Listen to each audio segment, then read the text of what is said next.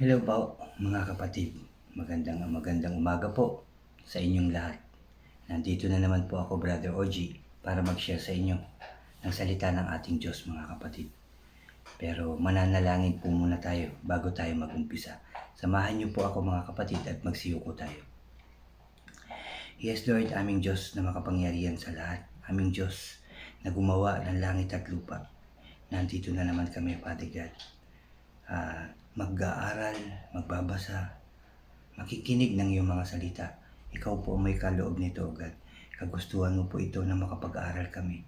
Makilala ka namin ng gusto at makapagbasa ng iyong mga salita, O Diyos. Samahan mo po kami, tuluan at gabayan upang puro salita mo lamang ang lumabas sa aking bibig, O Lord. Buksan mo rin ang aming mga puso at isipan upang ito'y lubusan naming maunawaan at maitatak sa kailaliman ng aming mga puso. Thank you, Lord God. Thank you, Jesus. Thank you, Holy Spirit. Inaangkin na po namin ang katagumpayan ng aming gawaing ito.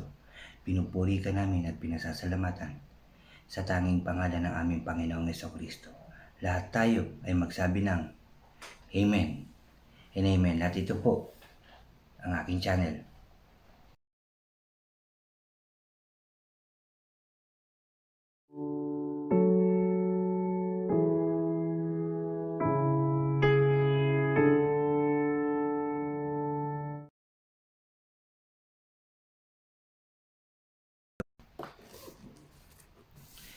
Hello po ulit mga kapatid.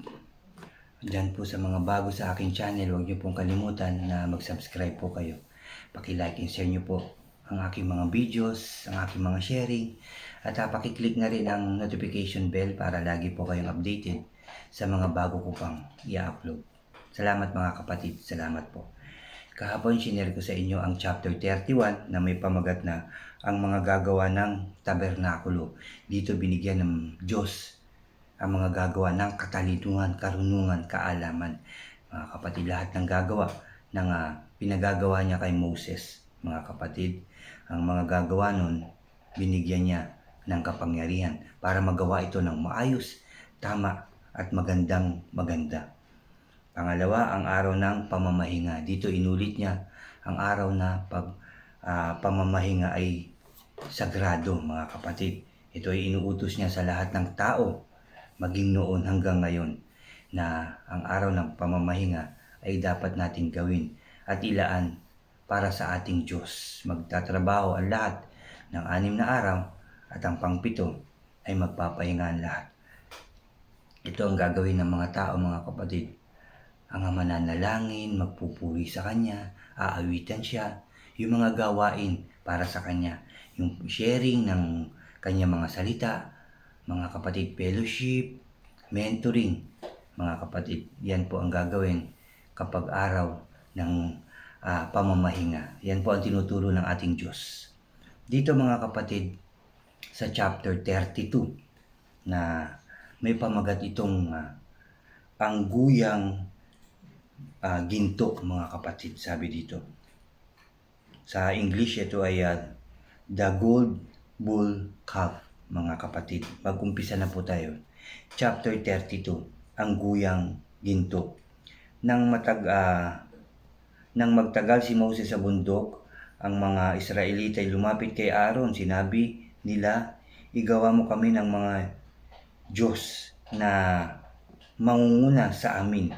Hindi namin alam kung ano ang nangyayari sa Moses na iyan na naglabas sa amin sa Ehipto. Natagalan dahil nakikipag-usap ang ating Diyos kay Moses sa bundok. Marami siyang sinasabi, marami siyang binibilin, marami siyang inuutos kay Moses. Kaya itong mga Israelita nung panahon na yun ay parang nainip na, mga kapatid, at nagpagawa na ng Diyos-Diyosan nila kay Aaron. Sabi, verse 2, mga kapatid, kung gayon, tipunin ninyo ang mga hikaw na ginto ng inyong asawa at mga anak at dalhin sa akin. Sagot ni Aaron, ganun nga ang kanilang ginawa. Kinuha ni Aaron ang mga hikaw at tinunaw. Ibinuhos niya sa isang hulmahan at ginawang hugis ng guya. Sumunod itong si Aaron, mga kapatid, sa mga Israelita. Pagkayari, sinabi nila, Israel, narito ang Diyos mong naglabas sa iyo sa Ehipto. Nang ito ay makita ni Aaron, gumawa siya ng altar sa harap nito at sinabi sa mga tao, ipagpista natin bukas si Yahweh. Kinabukasan maaga, sabi dito, kinabukasan maaga silang bumangon at naghandog ng mga hayop at sinunog sa altar. Nagpatay pa sila ng hayop na kanilang pinagsalusaluan. Sila nagpakabusog, nag-inuman at mahalay na nagkasayahan itong mga taong to, mga kapatid. Verse 7, mga kapatid, sinabi ni Yahweh kay Moses, balikan mo nga ngayon din ang mga Israelita, inilabas mo sa Ehipto. Sabi ganyan, balikan mo itong mga Ehipto na inilabas mo sa Ehipto, sapagkat itinakwil na nila ako. Ganun kabilis, mga kapatid. Samantalang binilinan sila ni Moses na mag-antay lang dun dahil kakausapin niya ang Diyos sa bundok. Ngunit tingnan niyo ang ginawa. Mabilis, nakalimot. At nagpagawa pa ng kanilang Diyos-Diyosan para sambahin. Tinalikdan nila agad ang mga utos ko, sabi ng ating Diyos. Gumawa sila ng guyang ginto. Yun ang sinasamba nila ngayon at hahandugan. Ang sabi nila, iyon ang Diyos na naglabas sa kanila sa Ehipto. Kilala ko ang mga taong iyan at ang alam kong matitigas ang kanilang ulo. Hayaan mo lipulin ko sila at ikaw at ang iyong lahi gagawin kong isang malaking bansa. Hayaan na raw, sabi ng ating Diyos, hayaan mong lipunin ko sila. Sabi ganyan, at gagawa na lang ulit siya. Pararamihin na lang niya ulit si Moses, yung lahi nito. Pero sabi sa verse 11, mga kapatid, nagmakaawa si Moses kay Yahweh. Huwag po, sabi ni Moses, huwag po.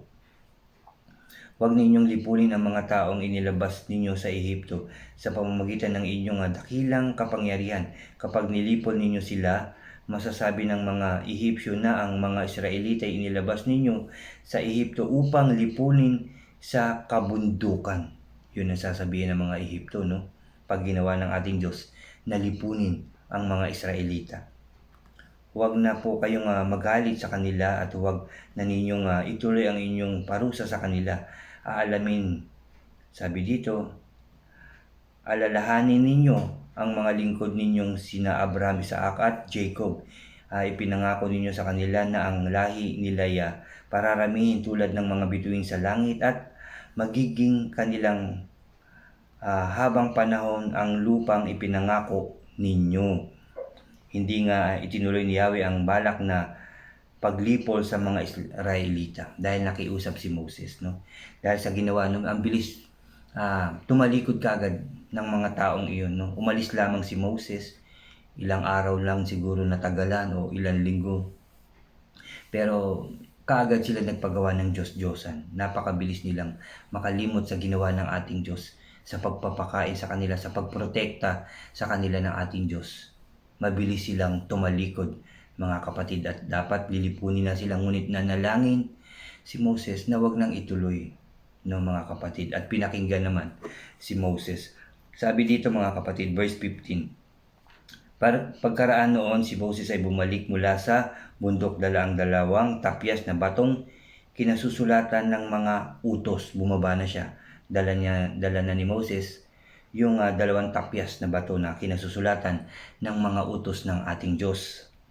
Ang Diyos mismo ang gumawa ng dalawang tapyas na bato at ang umukit ng mga utos na nakasulat doon, ang Diyos mismo ang gumawa. Pabalik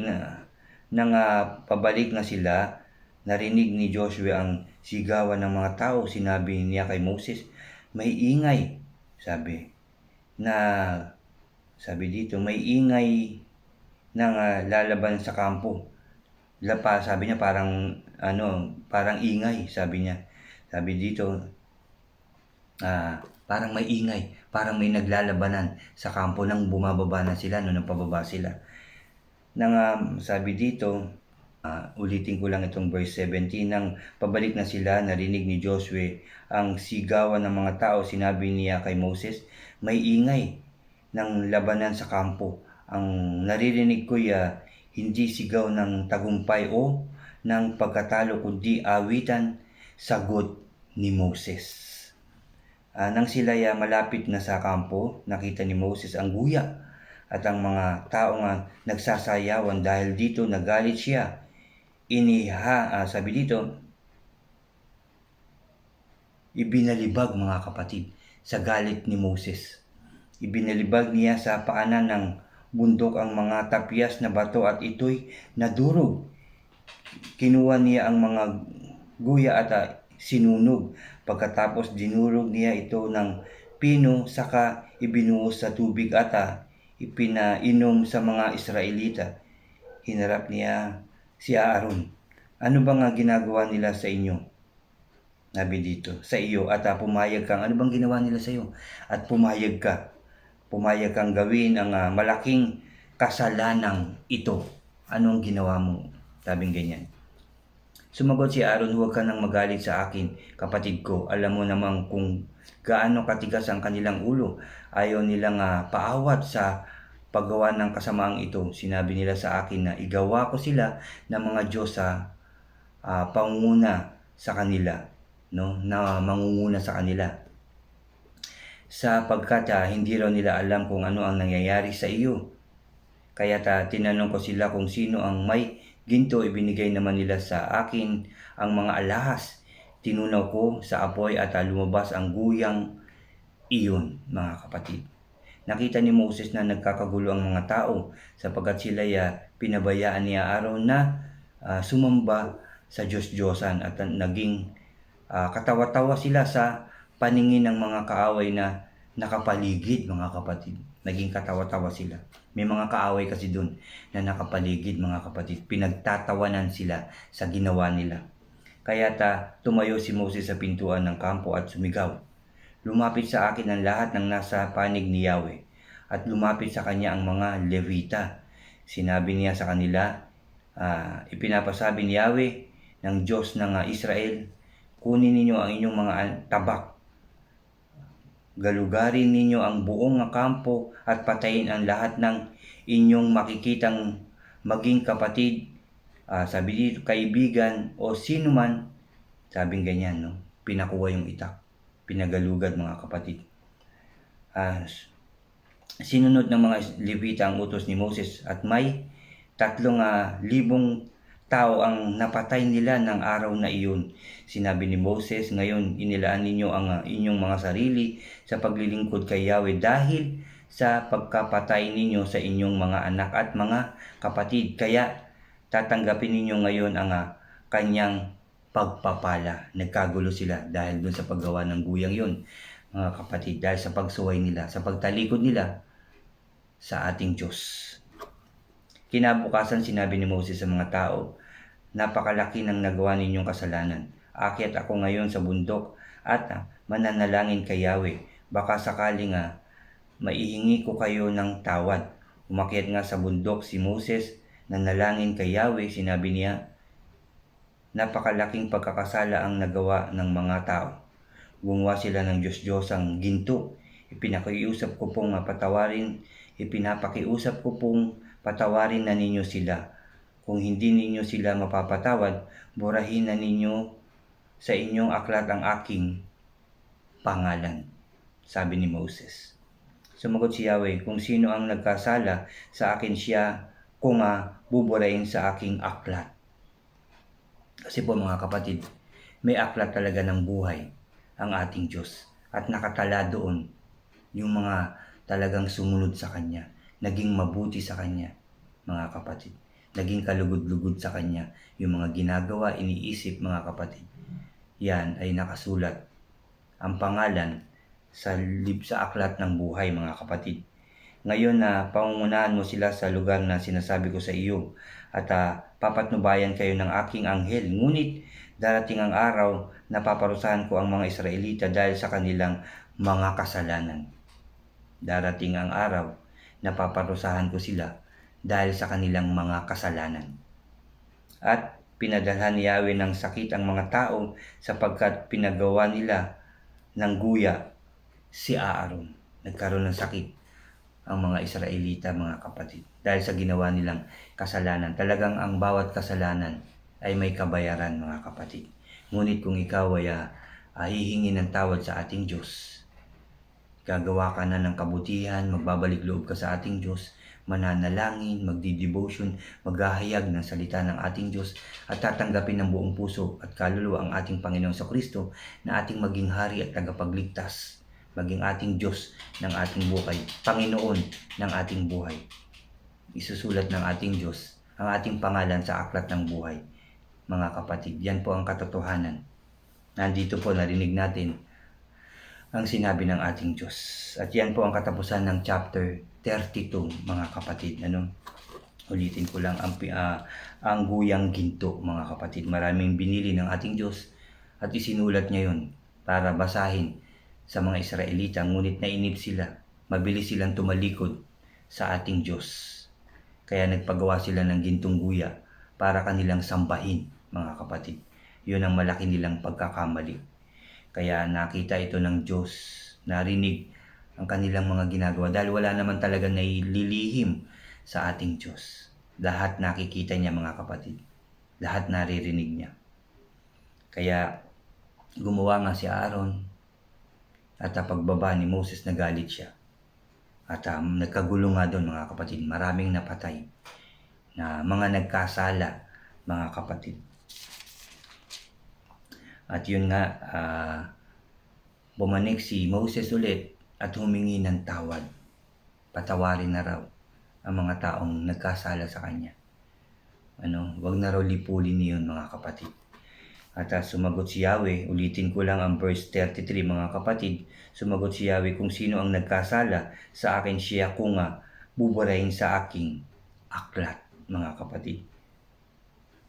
At nagpatuloy pa rin yun, Pangungunahan pa rin ni Moses ang mga inilabas sa Ehipto, mga kapatid.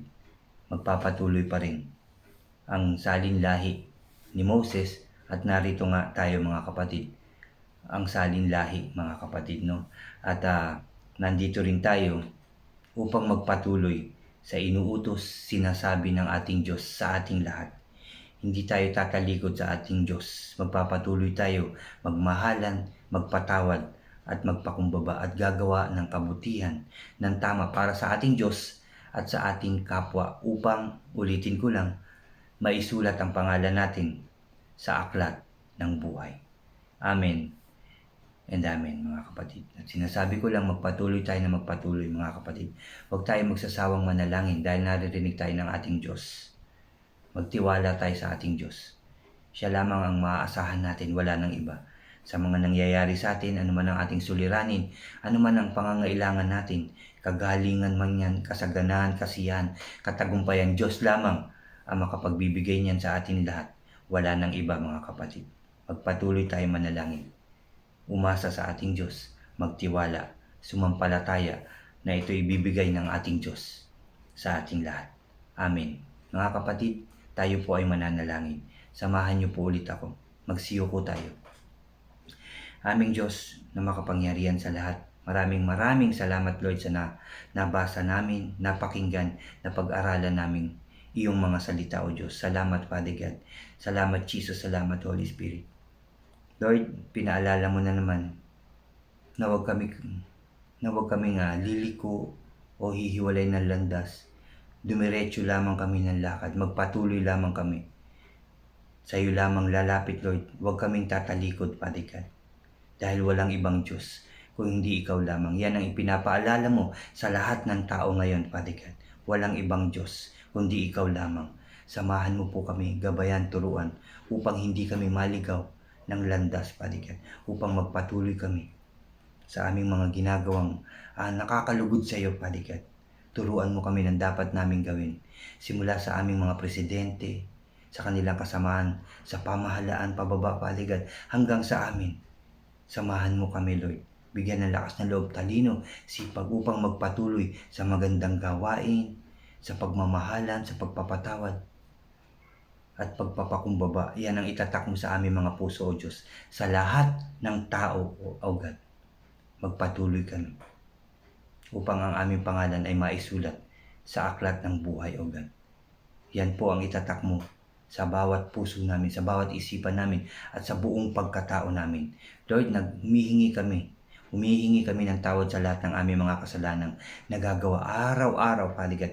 Simula noon hanggang ngayon, patawarin mo po kami lahat sa aming mga karumihan. Linisin mo po kami. Patawarin mo po kami sa lahat ng aming mga kasalanan, Father God. At muli mong ayusin ang bawat tao, ang bawat bansa, ang buong daigdig. Muling maging maayos, masaya, masagana at tagumpay, O Diyos. Yan ay kiniklaim namin dahil darating na yan, Father God, na magiging maayos na ulit ang bawat bansa. Magiging maayos, masaya, masagana at tagumpay, O Diyos. In Jesus' name, yan ay ibibigay mo na sa amin, O God. Wala nang mamamatay, wala nang magkakasakit, wala nang virus in Jesus' name, O God. In Jesus' name, magiging maayos na ang aming mga buhay, O God. Thank you, Lord. Thank you, Jesus. Thank you, Holy Spirit, O God. Salamat po sa iyong kabutihan at pagmamahal sa lahat ng tao. Thank you, Lord, sa iyong mga salita na bigay sa amin lahat. Magpapatuloy kami sa aming paglilingkod sa iyo sa paghahayag ng iyong mga makapangyarihan sa lahat. Lord, ingatan mo rin ang bawat pastor at bishop, leaders na naglilingkod sa iyo upang sila'y magpatuloy na maghayag ng iyong mga salita, O Diyos. Salamat po muli, Lord. Salamat, Jesus. Salamat, Holy Spirit. Pinupuri ka namin, pinasasalamatan, sinasamba at dinadakila, O Diyos. Sa pangalan ng Ama, ng Anak at ng Espiritu Santo, lahat tayo ay magsabi ng Amen and Amen. Amen po. Amen po. Salamat sa ating Diyos. Salamat sa ating Diyos. Mahal na mahal po tayo ng ating Diyos. Tandaan po niyo yan. Salamat po. Salamat po at God bless po sa inyong lahat. God bless po sa ating lahat. Salamat po.